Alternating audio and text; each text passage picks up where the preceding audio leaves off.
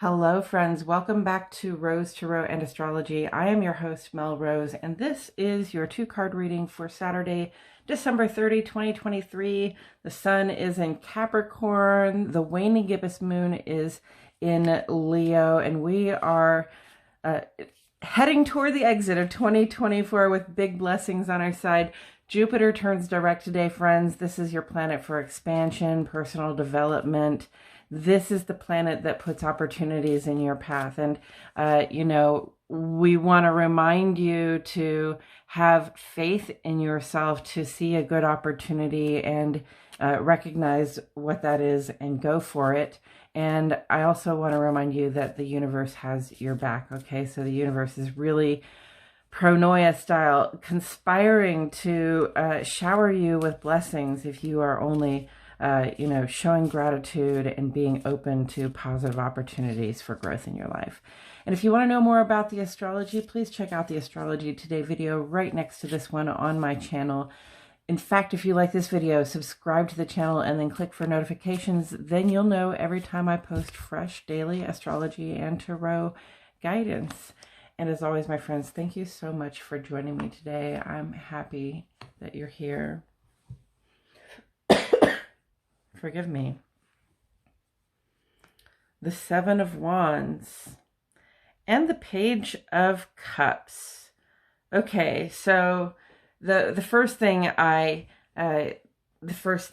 see here is that we may feel like we're engaged in a bit of a defensive battle, and we kind of have to use our imagination to get out of it. We have to sort of get curious about different ways to break free from this sort of defensive position that we're in, so that we can go ahead and start making progress again. It's really natural. Wands are fiery. It's very natural in, a fiery situation.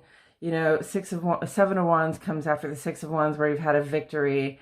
And then at the Seven of Wands, it's like, okay, now they see what you've done. They think they can do it better. They're going to try to discredit you, knock you off of your high ground, right, that you earned.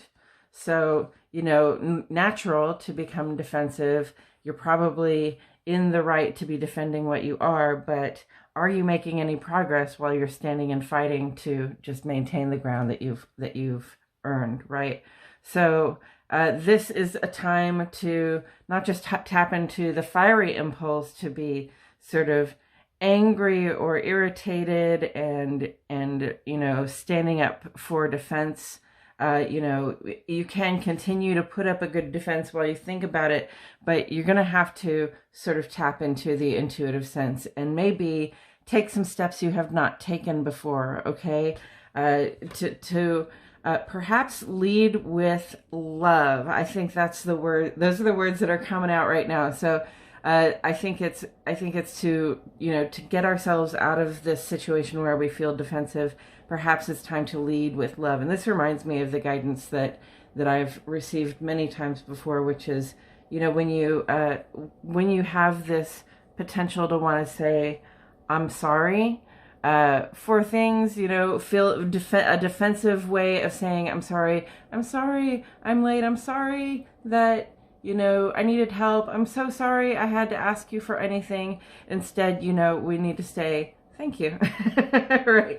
So that's a creative way of sort of putting love first, putting our best foot forward in a situation, not necessarily having to put ourselves on the defensive or, sort of give people a reason to come after us, give people a reason to think negatively about us. Instead, we just show up and we say, thank you for waiting. Thank you for your kindness. Thank you for your patience. So that's the kind of creative and intuitive and leading with love sort of response that I'm talking about. It doesn't necessarily have to be a thank you instead of an I'm sorry, but if you can find a way to turn any sort of defensive feeling into, like a feeling of gratitude or a feeling of connection, a feeling like, oh, I can identify with these people and where they're coming from. I have I have love, I have sympathy, I have compassion for their position.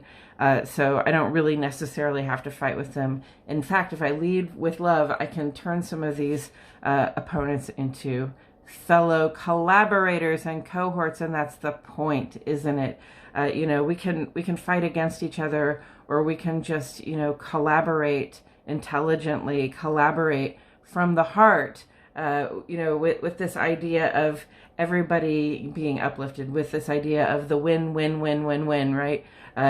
In mind, if we sort of open ourselves up and lead with a loving and compassionate heart for ourselves and for those people that we're struggling with, then, you know, perhaps we can make a way forward together. I think that's all I have to say about it today, friends. Thank you so much for joining me. I truly appreciate your presence here, and I will catch you all in the next video.